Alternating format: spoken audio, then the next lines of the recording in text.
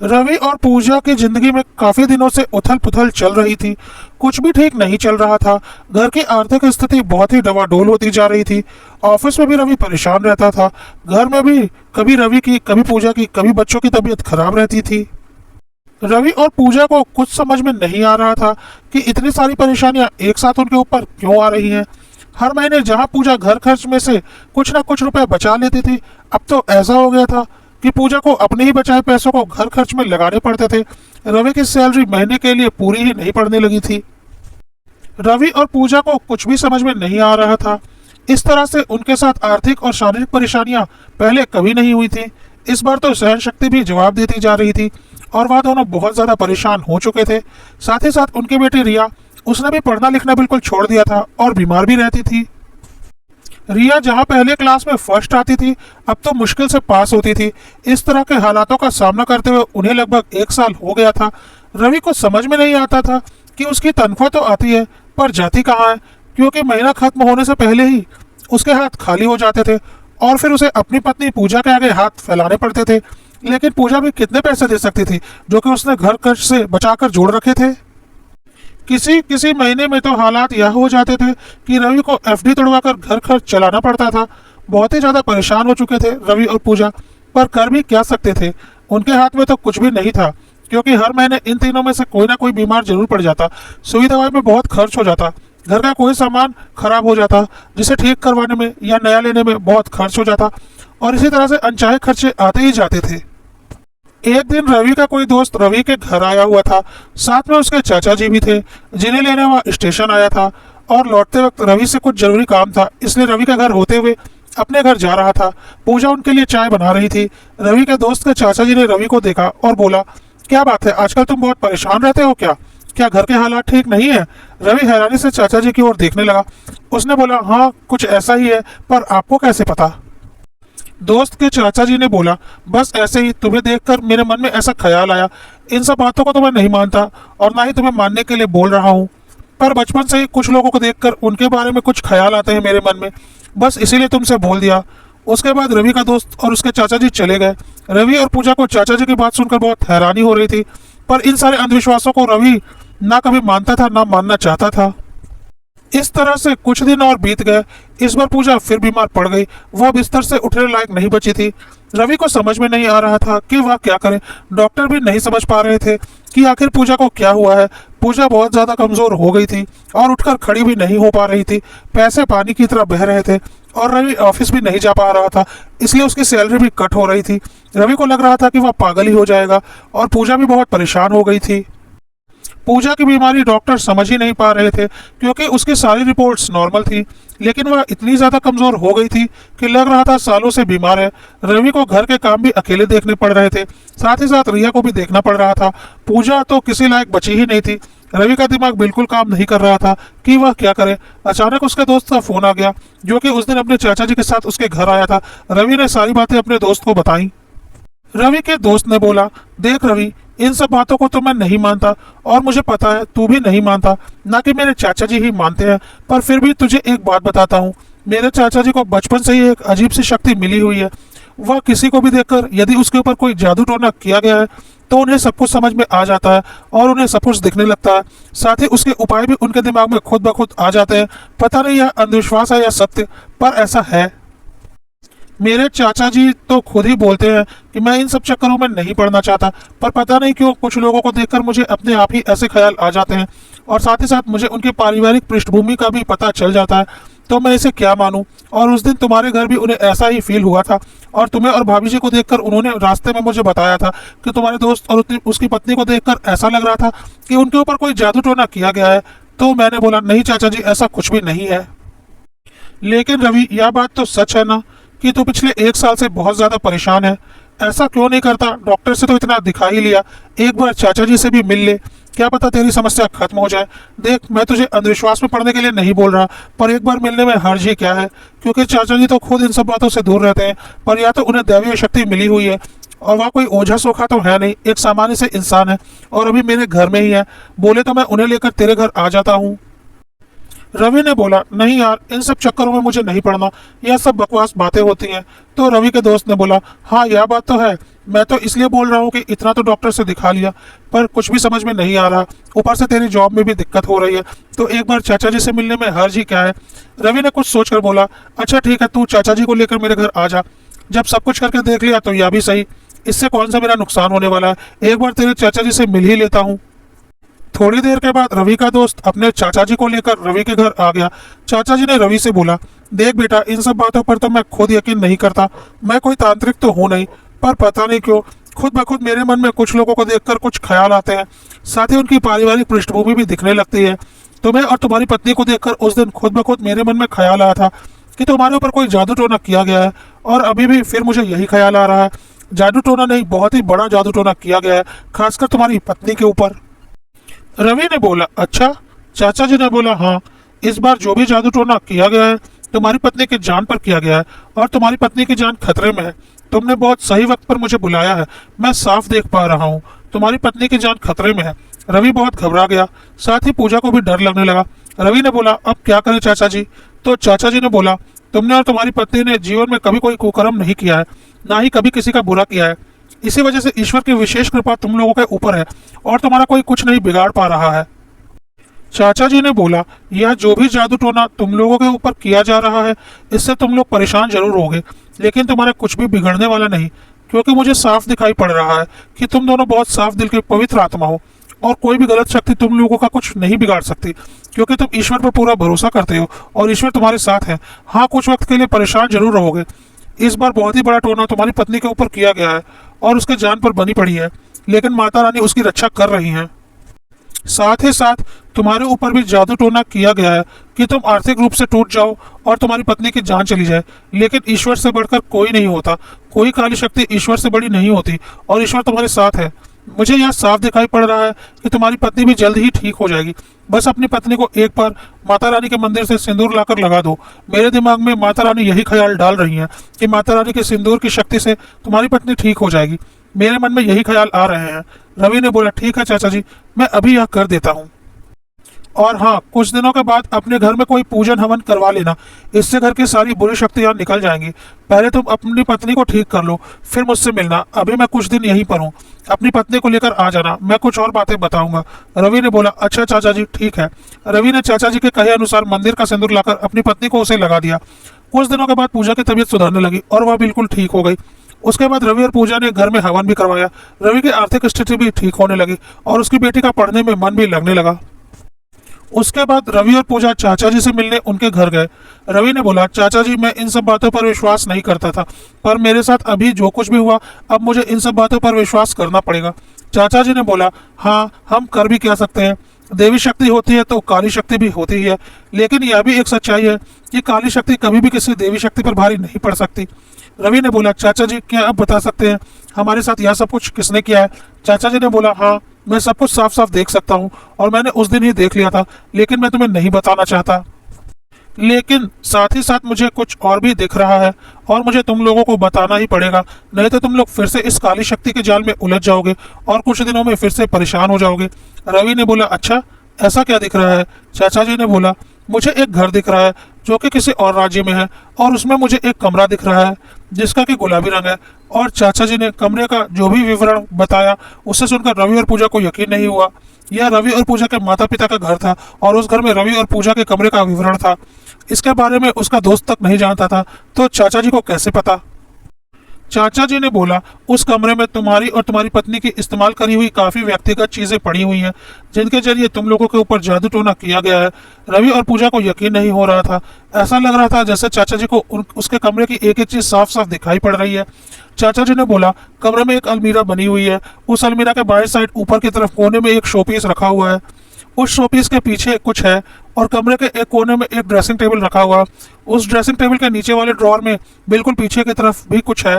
तुम लोगों को वहां जाकर उन चीजों को हटाना पड़ेगा, नहीं तो तुम आगे फिर से परेशान हो जाओगे।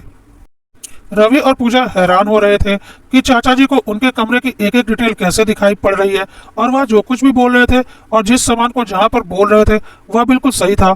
अब तो रवि और पूजा को यकीन हो चुका था कि चाचा जी के पास सच में कोई दैवीय शक्ति है।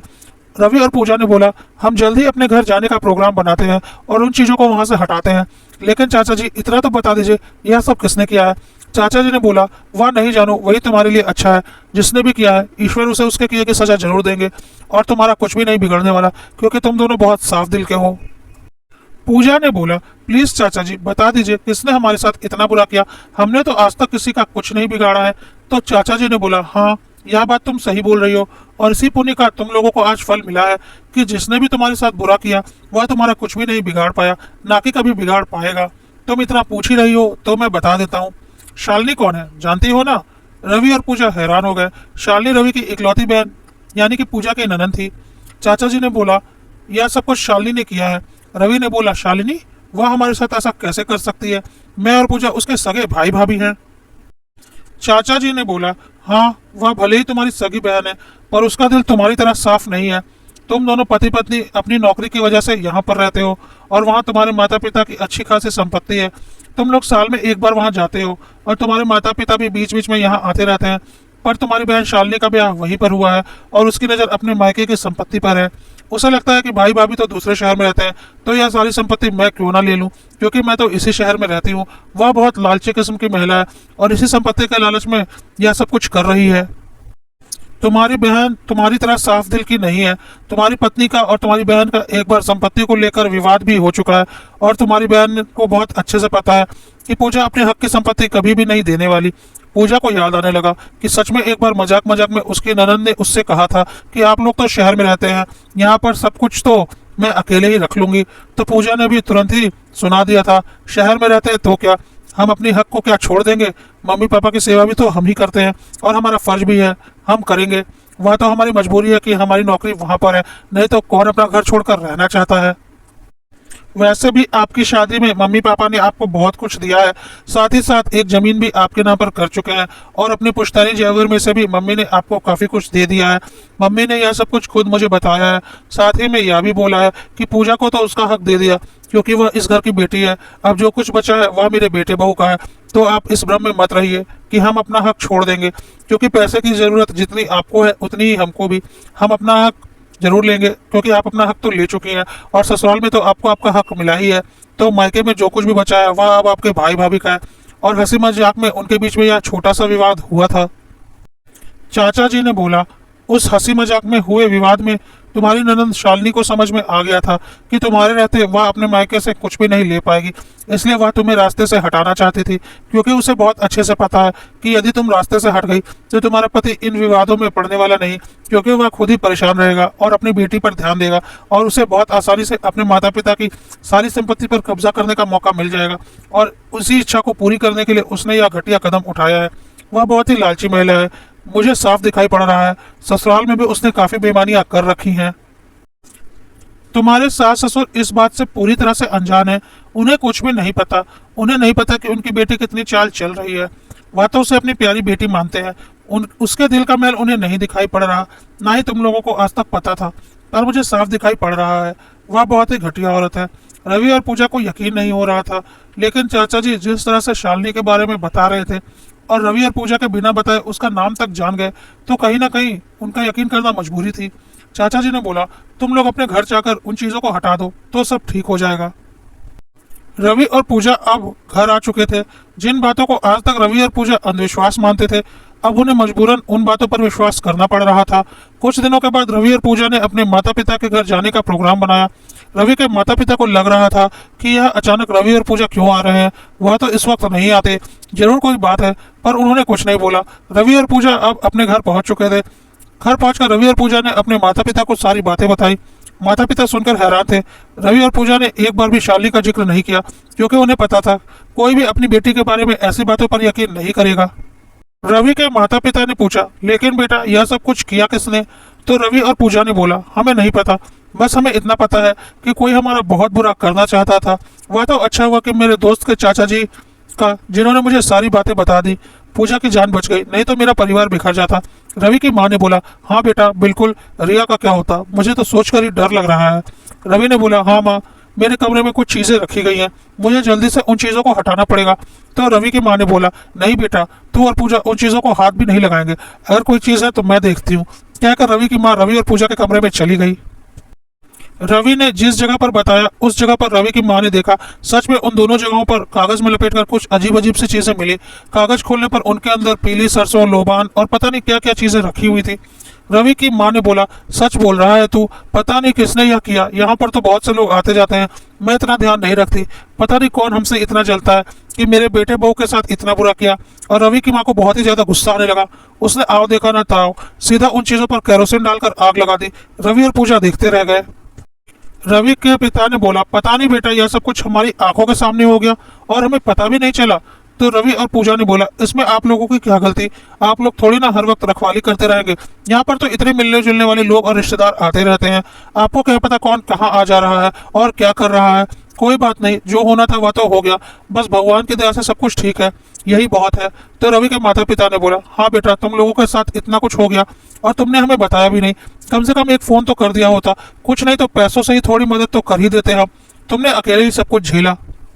रवि की मां ने जैसे ही उस कागज के पुड़िये को जलाया और वह जलकर राख हुआ, उसके थोड़ी देर बाद शालिनी के ससुराल से शालिनी के पति का फोन आया कि शालिनी को अचानक हार्ट अटैक आया है और वह बहुत सीरियस है और अस्पताल में भर्ती है। रवि और पूजा, उसके माता पिता सब परेशान हो गए कि यह क्या हो गया।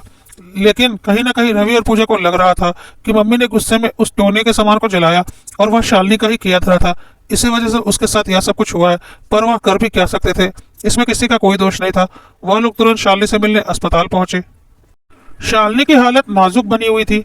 इतना सब कुछ हो जाने के बाद भी रवि और पूजा शालिनी के लिए ईश्वर से प्रार्थना कर रहे थे कि उसे जल्दी से ठीक कर दें।